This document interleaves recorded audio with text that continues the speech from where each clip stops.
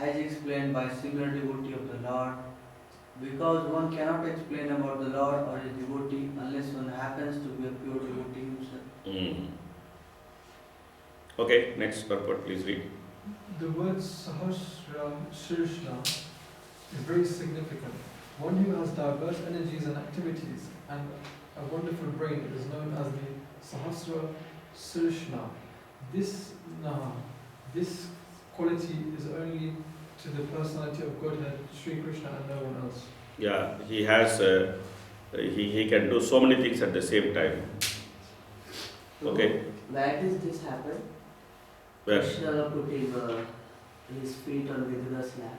Oh, during Krishna's visit to, when Krishna comes as messenger of Pandavas, so that time Duryodhana he has arranged a big feast for Vidura, but Vidura, for Krishna, but Krishna rejects that feast and then he goes to Vidura's house, and there he actually eats all the banana peel, because Vidura's wife, she got so ecstatic by seeing Krishna that she was opening the banana and then she was throwing the fruit and giving the peel. Because she was very ecstatic, she didn't know what she was doing. So she was peeling the banana and she was throwing the fruit and giving the peel. And Krishna was also so excited to be with Vidura and his wife that he was not even realizing that banana is thrown and peel is given, so he was eating the peel. So after some time they saw all banana is thrown and peel is gone. So then they understood, oh, Krishna is eating the banana. So that time when Krishna came and when he was resting, so Vidura actually kept Krishna's feet in his lap. Okay. Oh, son, duty is not only to make the father and source of supply for all his needs, but also when he is grown up to render service unto him. That is the law of the creations beginning from the time of Brahma. The father's duty is to bring up the son until he is grown, and when the son is grown up, it is the duty to render service unto the father. So similarly, the jiva, he goes through a evolutionary journey, and his growing up is like coming to the human form of life. So Krishna actually brings the jiva to human form of life. Then he is the eternal father. The human form of life is meant to realize that Krishna is the eternal father and we are his children. And we should actually render some service to him utilizing this human form of life. Otherwise there is no use. Otherwise there is no use. Just like a son who does not render service to his father, he is of no use. It is said in the Shastra that a son who cannot render service to a father is of no use. Same way, the Lord has actually brought us all the way up to here. And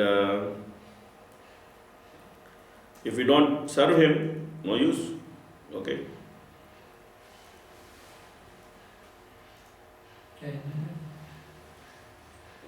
Every living entity, however small or big he may be, has the choice of independence. If the son is unreservedly willing to be guided by the father is 10 times more eager in instruct and guide him by all means. Manu, the son. It's too small, please. For me. I can make it bigger.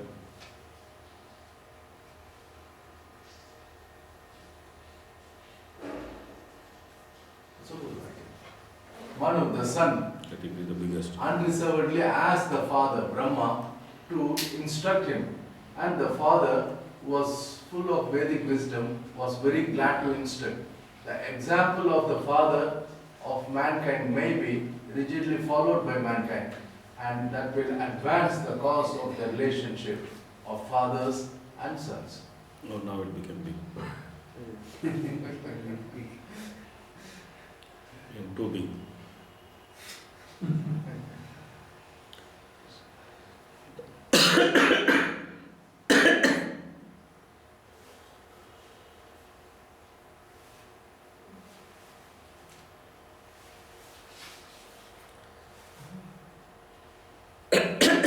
Okay. From the material point of view, the four sages, disobedient to the order of their father, was certainly abominable. But because such disobedience was for a higher purpose, they were free from the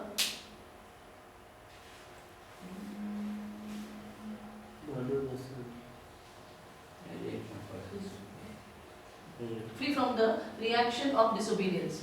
Those who disobey their fathers on material grounds, however, are surely subjected to disciplinary reaction for such disobedience. Yeah, so generally, when a son disobeys the father, then he gets sinful reaction, according to Vedic system. When the son disobeys the father, then he gets sinful reaction. Of course, for that, the father also has to be qualified. Otherwise, it is of no use. Okay. Every human being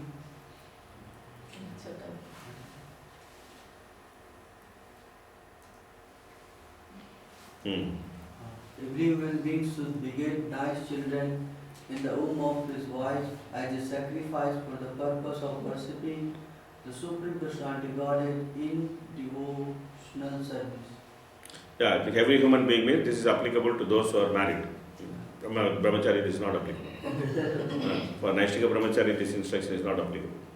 This is for those who are married. So sometimes people think that we can get married and we need not have children. So that is not supported here by Prabhupada. Prabhupada says very clearly that the purpose of marriage is to have children. So anyone who has married, they should have children. Otherwise, there is always option for man not to get married. Okay, please read. Now, why is this genealogical order being said as material? So Yeah, because it's just sex life. No? Genealogical order is just sex life. it's not like a descending succession where knowledge is passed. No. No, it may be knowledge past, but still it is through sex life.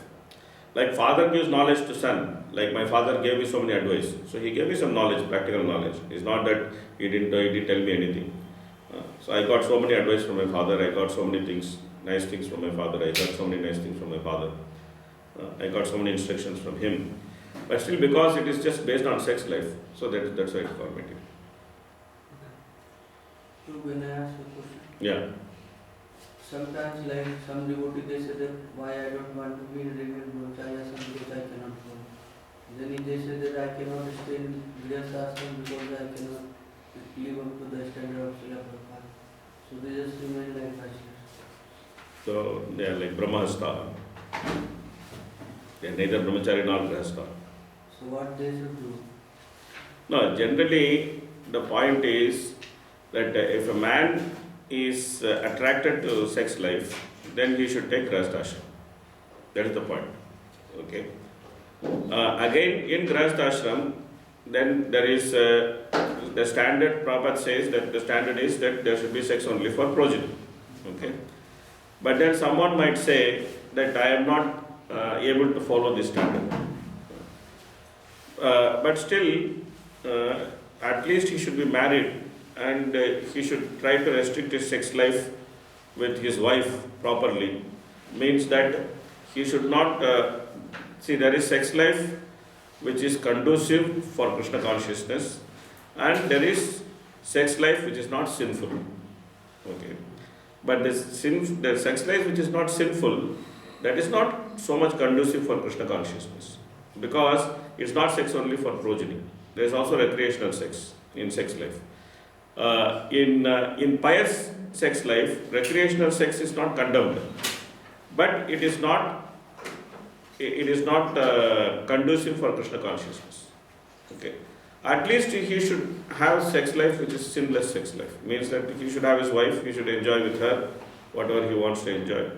But in a proper pious way, without using contraceptive, without trying to use some artificial method to kill the baby and things like that. He should try to enjoy in a pious way. So, and he should try to avoid sex life in places where sex life is prohibited. Like when he goes to Dham, then he cannot have sex with his wife. When he goes to Guru's place, then he cannot have sex with his wife. On the different appearance days of Vishnu Tattva and Acharyas, on fasting days, he should not have sex. Same way there are different rules to avoid sinful sex life. At least that much he should do. And he should try to chant Hare Krishna, try to go through the cleansing process so that his consciousness can improve, and then he came to some higher standard every time he can go to higher standard. He should try to do that. Generally, in spiritual masters, they initiate the grahasthas, then they discuss with them that what is the standard of sex life you want to follow. So then some discussion is there, and then they should do accordingly. It's not that they should not practice Krishna consciousness. They can practice, anybody can practice Krishna consciousness. Dina hina jattachilo, hariname uddhari. So everybody should practice Krishna consciousness.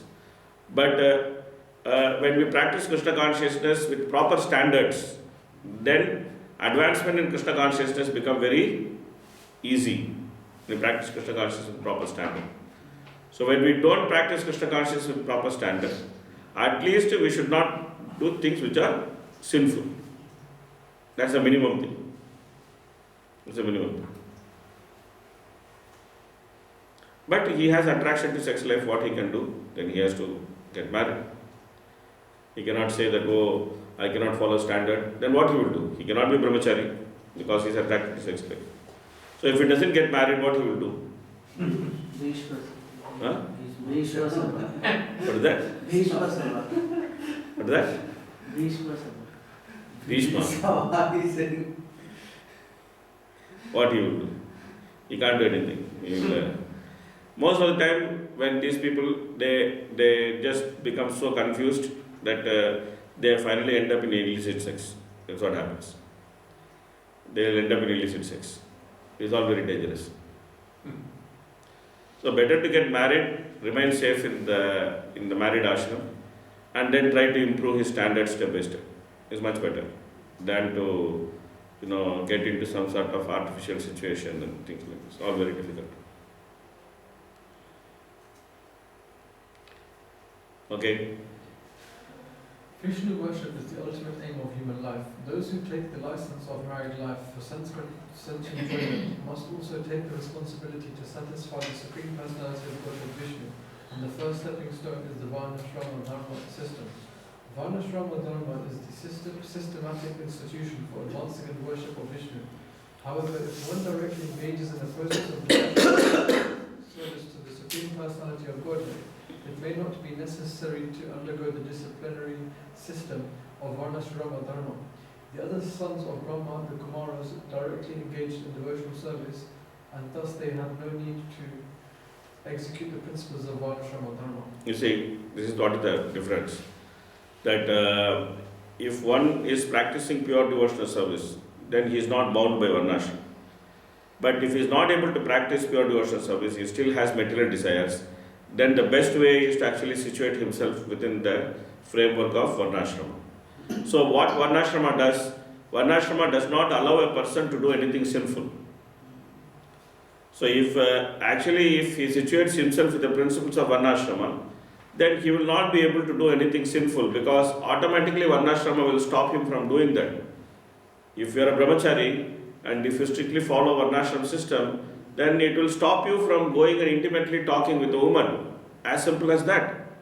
Because you know that I am a brahmachari, I am not supposed to talk with a woman intimately. I should just see all the women as my mother and sister, and I should not talk with them intimately. I should not have any intimate relation with them. I should not allow a woman to open her heart to me. I should not open my heart to a woman. This is very clear. So brahmachari life means this is how brahmachari will live. So then there is no chance of doing any sin. Same way grahastha means that he should give charity, he should live, he should make progeny, he should do samskara, he should do yajna, and he should maintain the other ashrams, like he should maintain the brahmacharis, he should maintain vanaprastha, he should maintain the sannyasis, he should live by honest means. So the whole set of rules and regulations become applicable the moment you situate yourself in varnashram. And when you try to break some rule, it becomes very glaring. It is like trying to jump the red signal. It looks as if, okay, I am doing something wrong. I am doing something wrong. It becomes so clear when you follow Varnashram. Same way, Vanaprastha means that he should not have any earning. He should completely do devotional service.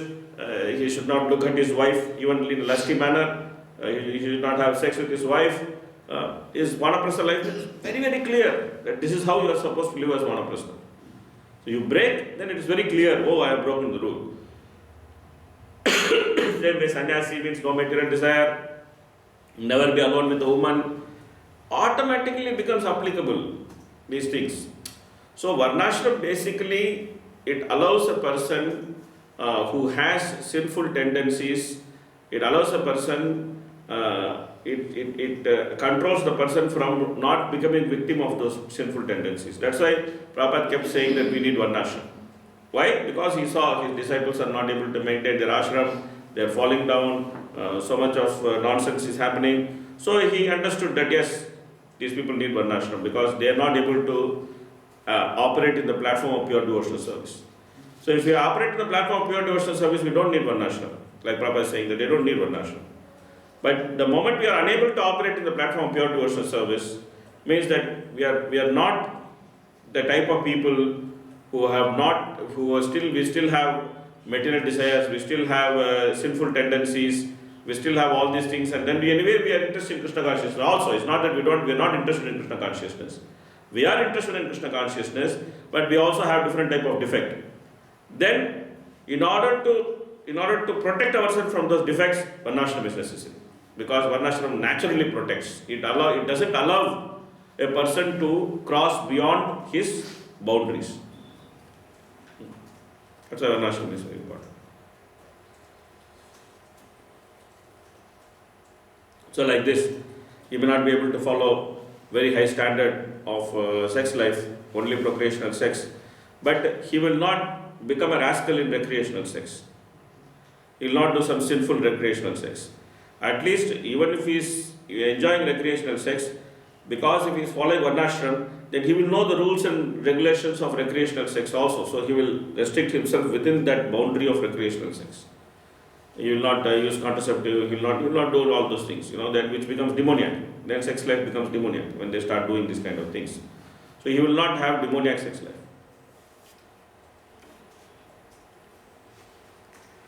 Okay. Are we Yeah. not having Varnashram? It's not defined as such prominent, but it's there, right, in a certain sense. See, without Varnashram, any society cannot function. Forget devotee society. Any society cannot function. Even if somebody is living in Timbuktu, they have to have Varnashram. Okay? Because Varnashram is the natural way the society works. But what is the issue? The issue is Varnashram could be, there are three types of Varnashram. One is demoniac Varnashram. Okay. The other one is Devi Varnashram. The other one is Vedic Varnashram. Vedic Varnashram. That is traditional understanding of Varnashram. Okay. Then other is Devi Varnashram. Then the third is demoniac Varnashram. In Kali Yuga we see demoniac Varnashram. What is demoniac Varnashram? That every fellow is in that situation, but he does opposite things of his situation. Like for example, school-going children. Okay, a boy is supposed to be, maintain brahmacharya. A girl is supposed to be very chaste. In modern world, what happens? That the moment the boy and girl want to go to school, first of all, when they are very small children itself, you put the boy and girl next to each other. This is exactly opposite to Varnashram principle. Co-education is exactly opposite to Varnashram principle. Varnashram principle does not allow a young boy and young girl to come together. As simple as that. Young child, a male child and female child, it doesn't allow a male child and female child to come together. It separates a male child from the female child. But what we do, in the name of co-education, we put them together. And then the boy is touching the girl is touching the boy, they don't know what they are doing, and they engage into all sorts of nonsense. Then you have to go and teach people what is good touch, what is bad touch. Mm-hmm. You see, you create a problem and then you solve it. Okay. And then by teaching good touch, bad touch, we are hoping that they will not be interested in bad touch, but they will be interested in good touch. But children are children, they become very curious. Sometimes they may be very curious to explore bad touch. then you first of all educate them what you are not supposed to do, and they may end up doing that because of curiosity. If you don't educate, it's a problem. If you educate, it's a problem. But why the problem came? The problem came because you are doing something which is fundamentally wrong. You are bringing a boy and girl together. This is demoniac compassion. Okay. Grahastha life means what? A man is supposed to get married to a woman, and both of them are supposed to have children. Now, Kali Yuga, what is happening? First of all, they don't want marriage. Man doesn't want marriage with woman doesn't want marriage with man, they want to live together. Okay, still it is man and woman. Then there is going one more step. What is that? A man wants to live with man, a woman wants to live with woman, and they want to have sex. Not possible. This what not possible? Now in this world, if you say it is not possible, they will throw stone at you. They will say you are homophobic. Oh, my children, my daughter will only fight because But how a woman can have sex with a woman? that is details. That is detail of how man can have sex with man, woman can have sex with woman. But sex life is meant for procreation. See, this is what happens with recreational sex. The problem with recreational sex is that, see, no animal has recreational sex. All animals have procreational sex only. Yeah. Okay? Because sex is meant for procreation. Recreational sex is only a finding of human being. Okay? Human being has found recreational sex. The problem with recreational sex is the moment you actually bring sex as a recreation, then this type of question will come: why man cannot have sex with man? Why woman cannot have sex with woman? So instead of Grahastha life being a man and woman living together, a pious life, and then having children, and then doing for forefathers and things like that, now the so-called household life is just reduced to animalistic sex between man and woman. This is demoniac varnashram. Okay, the semblance of household life is there, but that household life is lived in a demoniac way, the most demoniac way. Then Vanaprastha fellows, what they are doing? They are supposed to engage full time in devotional service. Instead of that, Prabhupada says these people are going and fishing. A retired man, he is going and fishing, they are playing cards, they are sitting and smoking, they are drinking, so many things they are doing. So they are calling this a retired life. And then the renunciates. You see, in India, so many sannyasis are in jail. Why? Because they are the biggest sex mongers. And the sannyasis, in the name of renunciation, they have become sex mongers. They all want to have sex in the name of renunciation. So this is demoniac varnashram. But without varnashram, the society cannot function. In a society, there has to be students, there has to be those who live in the house and earn money to maintain family. There has to be those who are retired people. There has to be those who are renounced people. This is part of society. Same way, there has to be someone who is very intelligent. There has to be someone who is ruling the society, someone who is doing business, and someone who is using his skills to earn money. All these people have to be there in a society. A society cannot function without them. But what happens? The intelligent class, they are controlled by the business class. The intelligent class is supposed to be independent. But now in Kali Yuga, what is happening? The intelligent class is controlled by the business class. And the intelligent class is supposed to have high level of personal character and integrity. Supposed to be dhira. It is Shushruma dhirana. In Ishwapanishads it says it is Shushruma dhirana. But here the intelligent class is the biggest rascal. He is engaging in all sorts of things. A scientist is having, he is drinking, he is having illicit sex, he is doing everything, the intelligent class. So there is no difference between a Shudra and a Brahmana. And the leader class is supposed to protect. Shatrayate iti Kshatriyaha. A leader class is supposed to protect. But the leader class is simply exploiting, is not protecting. People become leader only to exploit, not to protect. He sees how he can exploit his business, how he can become like this, like that. It's only purely exploitation, there is no protection. No protection is being offered by any leader. Leadership classes become exploiters, they are not become protectors. They are plundering the wealth of the of the common man in the name of tax. And they are living in luxury. This is about ruling class. And then business class. Whatever is sin is the biggest business in Kali Yuga. Pornography is the biggest business. The biggest industry is pornography. Then everything is related to sex. Music industry is related to sex. Food industry is related to sex. Gambling is huge business. Everything. Business means what? What Krishna says in Bhagavad Gita about Vaishyas. He says Krishi, Goraksha, Vanijyam. So nowadays, agriculture has become cow killing industry. Instead of Goraksha, it is Gohatya. Agriculture industry has become cow killing industry. It is not cow protecting industry, cow killing industry. Farming means what? You produce animals which are meant for killing. Huge animals. We went to Europe and then we saw the cow is like so much muscles and like a Rakshasa cow. This is not like normal cow, Rakshasa cow. But that is being reared for slaughterhouse. Slaughterhouse. Buffalo cow. Yeah. Buffalo cow interbreeding. Even pig and cow they are crossing. How possible to? By genetic modification. They take the gene of a pig and then they modify the gene of the cow by adding the gene of the pig.